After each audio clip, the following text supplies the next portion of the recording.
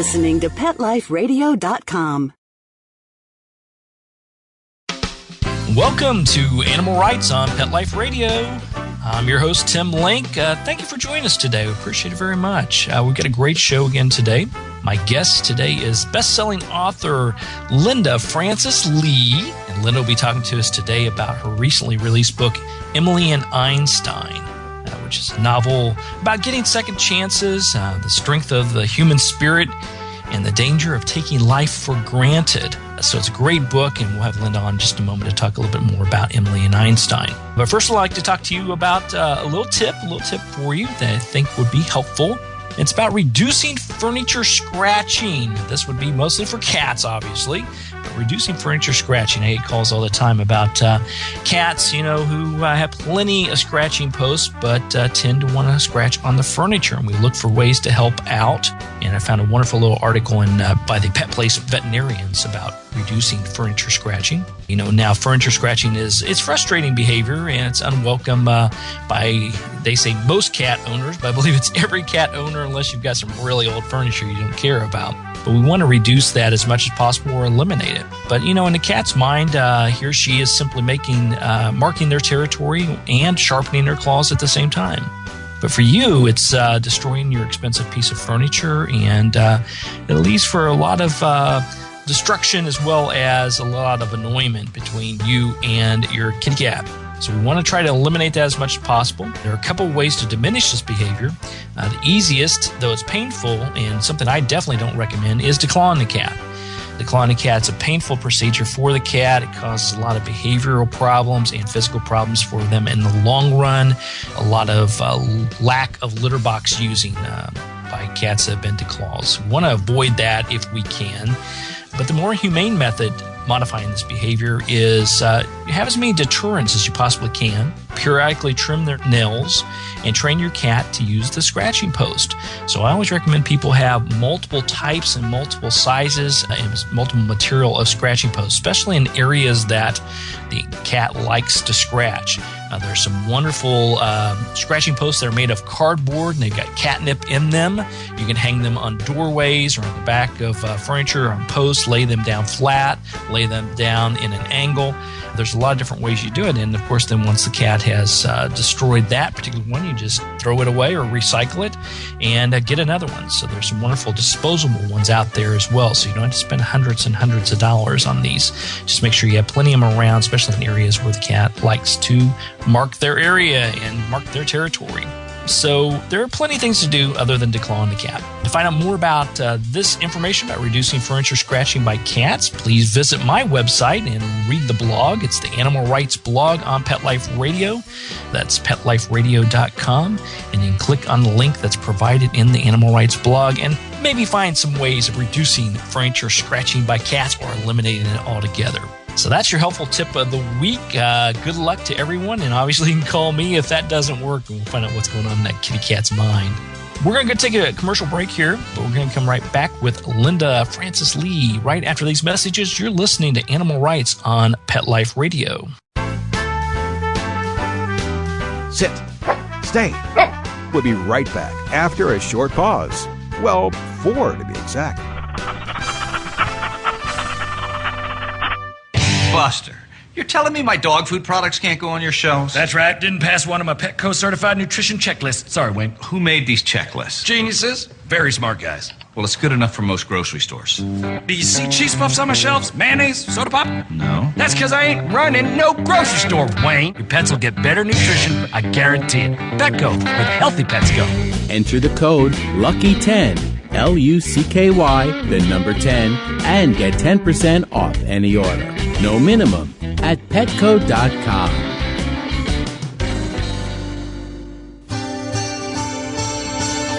I play tennis because I love to. But inside, I want to win. Take away the court, the net. I might not be a player, but I'll always be a competitor. Lady Foot Locker understands that. Lady Foot Locker, the first to carry Adidas off-court shoes and the gear that goes with them. If you play your best, there's no regret. Lady Foot Locker, one place, every woman. Go to ladyfootlocker.com and enter the code AFANW1LF to get 10% off any order of $50 or more. Or enter the code AFANW2LF to get 15% off any order of $75 or more at ladyfootlocker.com. How would you like your business to reach out and invite in our audience? We have a brand new trademark concept called InfoSeeds. InfoSeeds are short 20-second seeds of information about your place of business, practice, or service. Is the best, most cost-effective way to invite us in. We only have a limited number of slots left. For more information, visit the website PetLifeRadio.com. Click on sponsorship information. There you can listen to a sample of InfoSeed. Remember, only a limited number of opportunities are available. New York, the glitz, the glamour, the exciting Mutt-tropolis, the sparkling kitty city that never sleeps. Join us each week for Pets in the City with your host, Diane West. Celebrity pet sightings, hot events, and news and reviews with the hottest movers, shakers, and tail waggers in New York. So take a bite out of the Big Apple with Pets in the City. Every week, on demand, only on PetLifeRadio.com.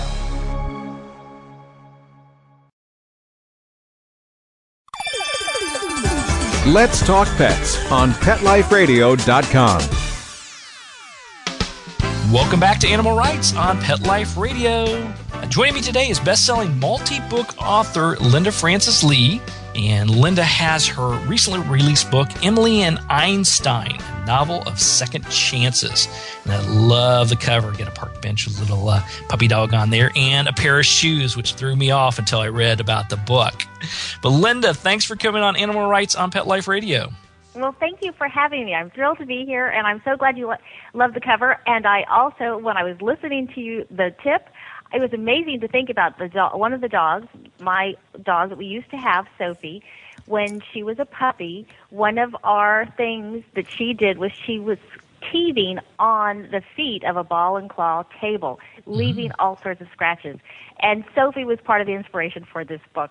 So I thought, if only I had known. There you go. There you go. And same thing with the dogs. They have a tendency, especially when they're pups, to destroy some furniture. Yes, definitely teething on those toes.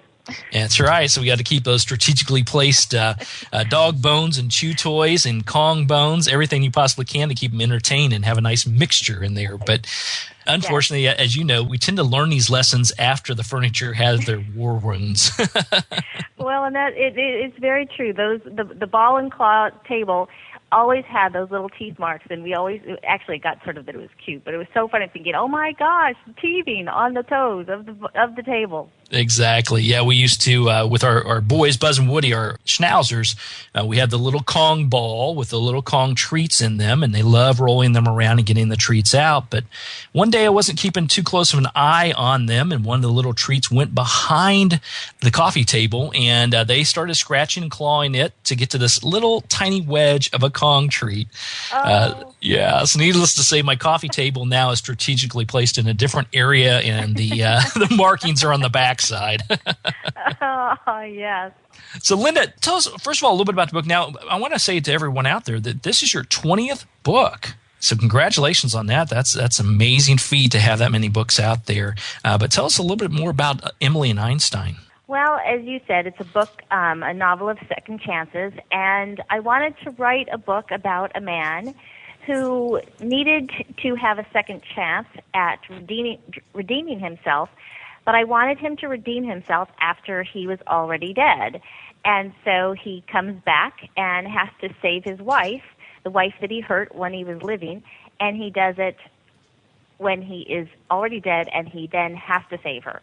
Okay, so the husband is not, as we know in the book, not the greatest of characters in the world. He was a dog of a man. He is a dog of a man. That's right. It's good to live a dog's life, but not that kind of a dog. Yeah, so he was a dog of a man, but he gets a second chance to come back, and he comes back as a dog into her life. Now, what made you decide to write it in that angle, to have him come back as a dog? Well, it's sort of a little bit back to Sophie. When Sophie, for all the years that we had her, while she was living, she was she was with me every day. As you said, I've written quite a few books, and every day Sophie was with me. And she had such a huge personality, and every pet lover knows their dog, their cat, their pet has a distinct personality. And Sophie did, and she could be in a good mood, and she could be in a bad mood, and she could ignore me. She could do all sorts of things, which I'm sure was some sort of reflection on me, no doubt. But so I wanted to capture that because my husband and I both just had missed her. We continue to miss her. And I wanted to find a way to bring her multi-personality to some kind of a story. And then there was that piece. And then I had this husband who was this dog of a man.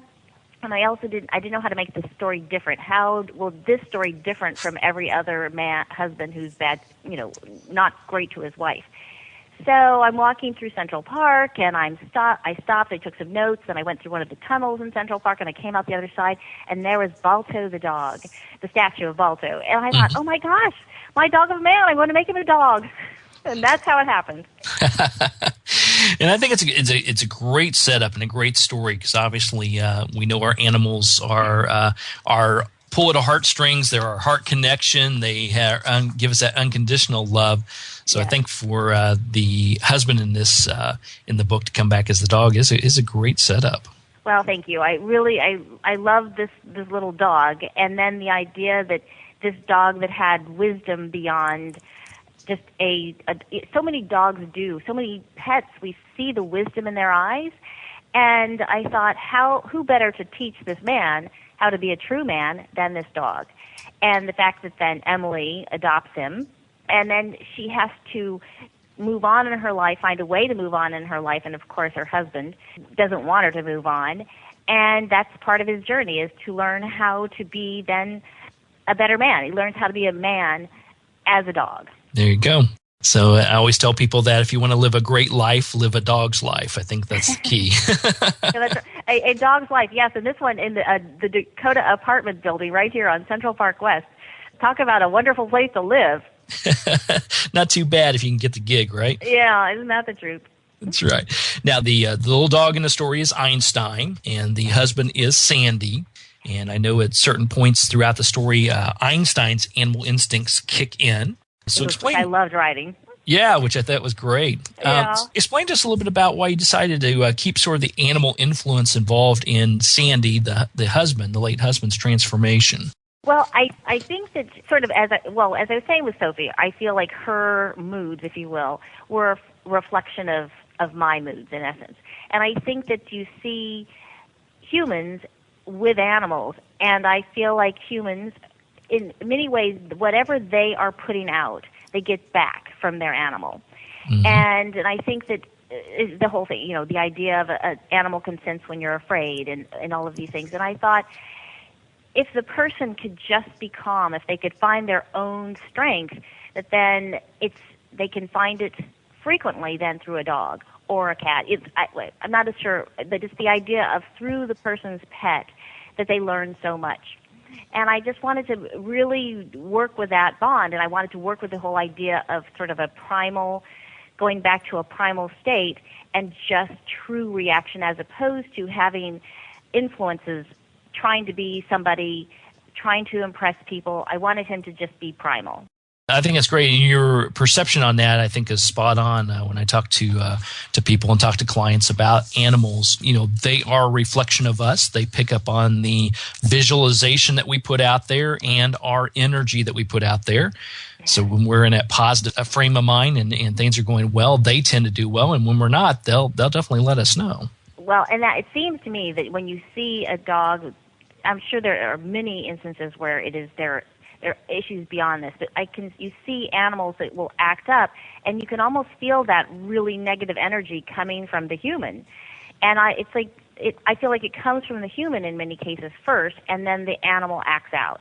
Yeah, no, I think you're spot on with that. I think you're absolutely right because I tell people if there's been a behavioral change within the animal, it's either a physical or an emotional change that's happening, and the best thing to do is sort of take a step back, take a breath, and look within yourself and look within the family unit to see what's going on. And you're right, 9 times out of 10, it's usually something going on with the human companion or someone within the family. Well, and I thought with Emily, who is so centered, and the idea that she, and through Einstein, would then have an influence on Sandy.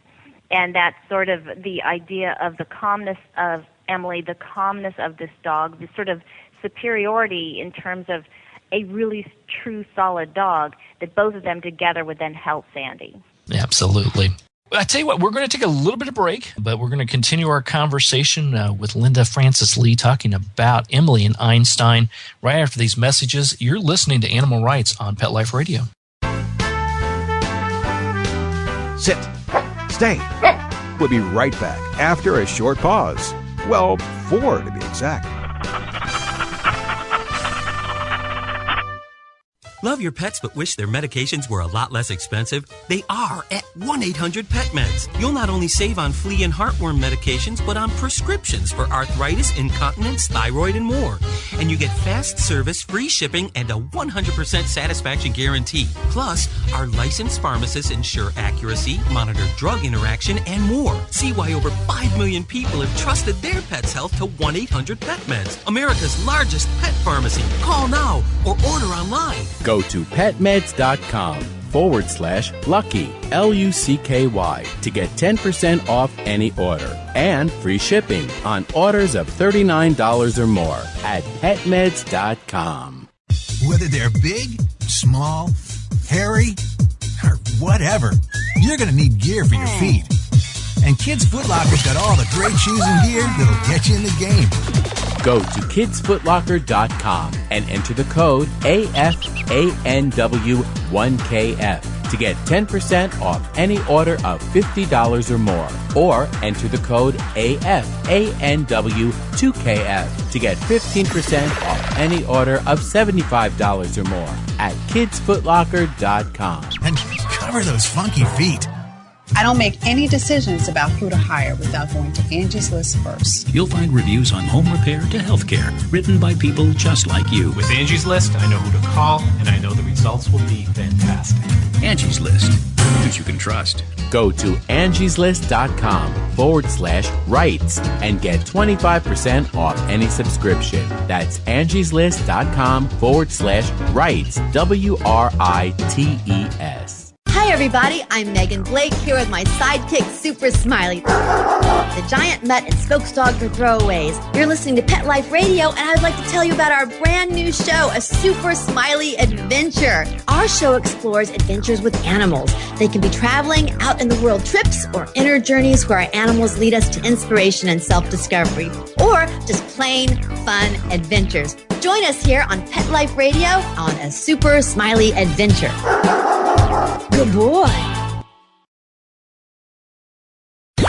Let's talk pets. Let's talk pets On Pet Life Radio. Pet Life Radio. PetLifeRadio.com. Welcome back. Welcome back. You're listening to Animal Rights on Pet Life Radio. And we're here with Linda Francis Lee talking about her latest book, Emily and Einstein. Now, Linda, because one of the main themes to the story is second chances. What does getting a second chance mean to you or even the characters within the book? Well, I think that many people believe that they are judged by the bumps they hit in the road, or they're judged by their mistakes. And I would like to believe, and I see it all the time, it's making it happen though, is the idea that we're judged by how we pick ourselves up and move forward from the bumps. And that was another thing that I wanted to explore with characters, the idea that we're not defined by our mistakes, but we have to have the strength to pull ourselves back up and then find a way to move forward and make something great happen or even better happen than where we just were. And the idea of that the whole saying that, you know, what doesn't kill you makes you stronger. And I think so many people they spiral down. They have something bad happen and they get stuck in that, and they can't then take a deep breath, move forward, find whatever it takes to help them move forward so that they can ultimately have a stronger life for it. Yeah, absolutely. I think that's a good point. And the fact that you can really, any obstacles you run into, you can overcome them, and you should continue to try to pursue that. And don't get hung up on that past. Look to the present like a dog, and live in that present moment and fulfill what you're meant to be doing here. Well, no question. I think that it's easy to say when you're past the bump, or when you are not in a bump, when you aren't in one of those sort of spirals that are difficult. But I think that when you're in it, it's so much harder to pull yourself out. And frequently, it is that sort of love of a pet that can help you to make you feel, as you were saying before, that unconditional love that makes things feel somehow brighter. You walk in, and there's this pet that loves you unconditionally. And to me, all of these elements came together and spoke to that idea of who you are at a very base level, at a primal level, the idea of unconditional love, and the idea that through help and love we can pick ourselves up when things are bad and move forward. And it's also it's those reminders and seeing it in different places that can help us then, if we are in our own place, if we can be inspired by something else, to say, okay, even if it's a fictional character, it's the idea of I can pick myself up and move forward too. Absolutely. Good message. Now, the wife in the book, Emily, there's a story in there about her running the marathon. When she runs through the park, it's sort of a metaphor. She stops running from the things in life that scare her. But tell us a little bit about that particular part of the story and what the marathon represents, maybe perhaps in the larger scope of Emily's life and the storyline in general. Well, I think that, one, I'm a big runner, so I thought it was just sort of fun to be able to include that. But I do believe that part of that idea of moving forward in life is, whether it's a marathon or whether it's anything that you perceive as difficult, if you can commit yourself and you can do it, and just piece by piece, step by step, move toward achieving some sort of a goal, it helps us believe that we can do anything. And as you said, stop running away from life, believe that you can do something. And beyond that, the marathon was a metaphor for the idea of sometimes people want things to be easy. And quite frequently, anything worth doing isn't easy. It takes hard work, it takes perseverance, and it takes not giving up. So even if it isn't about, sometimes it's not about the bumps that you hit on the road, it's the idea of just, even if you're not hitting bumps, it's just hard. And to keep moving forward, to keep trying and persevering. There you go. Another great lesson in the book. And as I always say, that life is a marathon. It's not a sprint, right? Yes. And and that is so true. And I think that, I'm guilty of it as well. It's the idea that I want it now. And it's so easy to want it now. And the whole idea of life is to make sure that you keep on the path and you keep moving forward and realize that it's a marathon. It's not a sprint. That's right. And it's hard to do sometimes, especially in today's society. We're as I say, the culture of the 10-minute oil change, and that's never quick enough for us either. Yeah, I know. That is so true. And it's the idea, yes, you want it quickly. And the other thing I think about is the idea that if you can look at it in terms of a marathon and not needing to have instant gratification, it's the idea that how many times that if you do finish something, you do get to the end, you do succeed. If you don't have then another goal to reach for, then that sort of feeling of now what? And so it's having goals along the way, but then ultimately a larger goal at the end that you work for long term. That's right. And make sure that path you're taking is the right and perfect one for you, so you don't get to the end of it and say, oh, was that it? That was all I was expecting? What's going on? And you know what? And I think that if you get to a place where you start thinking, is this the right path I should be on? It's then having the courage to say, okay, this wasn't the right path, and then be able to readjust or adjust and then move in a different direction. Absolutely. Now, you mentioned earlier the beautiful apartment building, the Dakota, which the story is based, out of the Dakota, and it plays a large role in the story. Was there a particular reason, other than the pure beauty of the Dakota, that you chose that building? Well, when the entire time I was writing the book, we lived next door to the Dakota, and every morning when I would go into Central Park to run, I walked past. They have these huge gates. And then a portico, and then inside through the gates and through the portico, then is the courtyard. And it's just, built in the 1880s. It's original. It's just so, it has this moat around it. It's not water, but it's a moat. They call it the moat. And it was just this amazing building with so much history. And walking by it every single day, I would think, there's a story here. And because it's also this sort of magical building, when I actually went into the building, when I was inside, you really feel like you've back in time. And I thought, this would be the perfect setting for this book. I think it is a great setting for the book. And it doesn't hurt living next door to it either. I know. Now, I know that we mentioned at the top of the interview, this is your 20th book. And I noticed that 2 of your novels are under development for feature films. And that you're also co-developing a television series based in your native state, Texas, your native home, which is my wife's native home as well. Really? Oh, wonderful. Yeah. Are there any talks about Emily Einstein, developing that into a movie or into a story? Definitely talks, not to the point yet where it's optioned, but definitely have been in talks. And I think that the idea of any sort of the idea of bringing a book to the screen would just be amazing. And the idea of who would actually play the characters, and when I write a book, I actually see it running like a movie in my head, and then I just try to capture the words to capture what I see in my head. So the idea of it coming to any of the books coming to a large screen would be amazing. That's right. Some people may say a lot of people in Hollywood may be perfect to play a role of a dog. I don't know.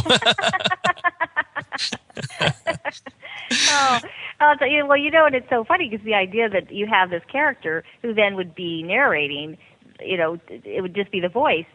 So, there are so many people though that I would just love to see do it, but we'll see.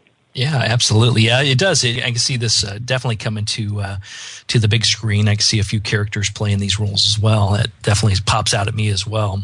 I definitely write it in a way that I see it. I visually see it when I'm writing it. Now, the book Emily Einstein. Tell us, if you had one important lesson that you'd like to leave to the readers, their takeaway from the book. What would that lesson be? I think it would be the idea that we're not measured by our mistakes, that we are actually measured by how we pick ourselves up and move forward from the mistakes. And that was something that I remind myself of all the time. Every time I hit a bump, I think, okay, it's not the bump that matters, it's how I move forward from the bump. That's right. How do you recover from that and keep moving forward? Yes, what all the strength is all about. I think it is, and I think life is full of its share of bumps, as well as more than its fair share of great accolades and times and things that you're doing. As long as you're following that path and overcoming and keep pushing forward, then you're doing everything you can. Yes, absolutely. So tell the listeners a little bit about where they can find out more about you, the book, and all the wonderful things you have going on. Well, I'm at www.lindafrancislee.com. I'm on Facebook. I'm on Twitter and any of the bookstores. And you can see what's going on with the books in terms of movies, any of the books, and also read interviews in terms of a little interview where actually Einstein is talking. So there's all sorts of things to find out of the website. Yeah, and you've got the video love letters to New York City as well on there. That's right. I love those. The Linda Francis Lee in NYC. And I love making those. In fact, they were a lot of fun. Just the places in New York that most people don't see or don't know about. And tried to do little love letters, as you said, to New York. Exactly. We had my book Wagging Tails came out going on 2 years ago now, and we had an opportunity to come to New York City and do some book signings and some speaking events and work with some rescues and get on some television shows. And of course, being someone from Atlanta, you go to New York City, you want a nice New York City slice of pie. You want your slice of pizza. And we asked the locals where to go, and it took us several places to find a great one. We ended up at Hot and Crusty, if you're familiar with those. That group. Yeah. So there's one by me. Oh yeah, they're fantastic because they got not only your pizza, but they got your pasta and everything else that goes along with it. So, big kudos, big plug. Maybe they're listening. Send me some pizza, please. I know. Well, I'll tell you, there's so many pizza places, and finding good pizza though is another something else altogether. That's right. So you can cover that and many other things in your video letters to NYC there. Oh yeah, what a great one! Great idea, pizza. Pizza in New York. Pizza in New York. That's what we're thinking of. Well, Linda, would like to thank you for coming on the show today. Everybody go pick up a copy of Emily Einstein, a novel of second chances by Linda Francis Lee. It's a great story, great setup, and if it has a dog in it, it's got to be good too, right? I know that I love to have any kind of pet in a book. I'm there. That's right. It's sure winner if it's in there. So, Linda, thanks for coming on Animal Rights on Pet Life Radio. Well, thank you so much for having me. It was great fun. Thanks so much. So we're coming to the end of the show today. I'd like to thank everyone for listening to Animal Rights on Pet Life Radio. I'd also like to thank Linda Francis Lee for being on the show today and talking about her book, Emily Einstein, a great book. Great book. Thanks to all of our sponsors and producers for making this show possible. We really appreciate it. To find out more about me, Tim Link, and the other guests and other interviews and future interviews I'll be having on, you can go to the Animal Rights tab on Pet Life Radio. That's PetLifeRadio.com. Click on Animal Rights, and while you're there, make sure you check out the blogs as well. And you can also check out all the other wonderful shows and hosts and all the great people we have on the Pet Life Radio network, PetLifeRadio.com. If you have any questions, comments, ideas for the show, you can email me. You can email me at tim@petliferadio.com. That's tim@petliferadio.com. And I'll do my very best to answer your questions. I'll entertain your comments. I'll get the people on the show that you want to hear from the most. So email me at tim@petliferadio.com. So until next time, write a great story about the animals in your life. Share it in a blog, article, or in a book. And who knows, you may be the next guest on Animal Rights on Pet Life Radio. Have a great day. Let's Talk Pets, every week on demand, only on PetLifeRadio.com.